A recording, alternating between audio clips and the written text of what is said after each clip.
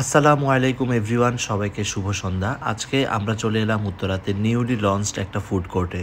Viewers, এই food কোর্টে এসে বেশ দারুণ কিছু ফুড ট্রাই করেছিলাম। আজকের ভিডিওতে সেই এক্সপিরিয়েন্সটাই আপনাদের সাথে শেয়ার করছি, তো দেখতে থাকুন সম্পূর্ণ ভিডিওটি। এটা একটা দ্বিতল বিশিষ্ট ফুড কোর্ট। এখানে 6 থেকে 8টার মতো স্টল ওপেন হয়। তো আমরা প্রথমে ফুল ফুড কোর্টটা একটু ঘুরে দেখি যে কোন স্টল থেকে ফুড অর্ডার করা যায়।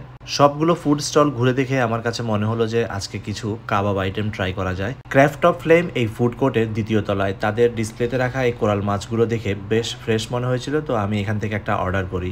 যেহেতু আমরা মানুষ ছিলাম 3জন, তো আমি একটা ছোট সাইজের কোরাল অর্ডার করি। এটার ওয়েট ছিল অ্যারাউন্ড 500 গ্রামের মতো, আর এটার প্রাইস ছিল 620 টাকা। এর সাথে আমরা নিয়েছিলাম পরোটা। এই তো আমাদের কাবাব রেডি। এখন এর কিছু ফটোশ্যুট করতে হবে, কারণ আজকাল খাবারের যদি ফটোশ্যুট না করা হয় তাহলে খাবার খুব রাগ করে। বন্ধুরা, ফিশ বারবিকিউটা খেয়ে আমার কাছে ভালোই লেগেছিল। তো এটা একান্তই আমার ব্যক্তিগত ওপিনিয়ন, এটা কোনো ধরনের পেইড রিভিউ না। ফিশ বারবিকিউটা শেষ করে এখন চলে এলাম নিচতলায়। এখানে এল টার্কিটো থেকে একটা চিকেন টাকো ট্রাই করব। তো তাদের এই 2 পিসের চিকেন টাকোর প্রাইস ছিল 230 টাকা। এটা খেতে খুবই মজার ছিল। আমার সাথে যে দুজন ক্ষুদে খাদক ছিলেন তারা অর্ডার করে একটা কর্নডগ। তো কর্নডগটা খেতে আমাদের কাছে মোটেও ভালো লাগেনি।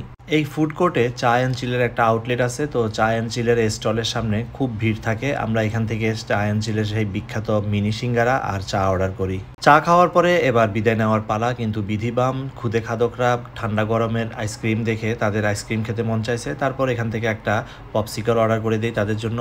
এই ছিল আমার আজকের ব্লগটা। সবাই ভালো থাকবেন, আল্লাহ হাফেজ। ও, আপনাদেরকে তো এটার লোকেশনটাই বলা হয় নাই। এটার লোকেশন হচ্ছে উত্তরা গাউসুল আজম এভিনিউ 14 নম্বর সেক্টর, মিনা বাজারের ঠিক পাশেই।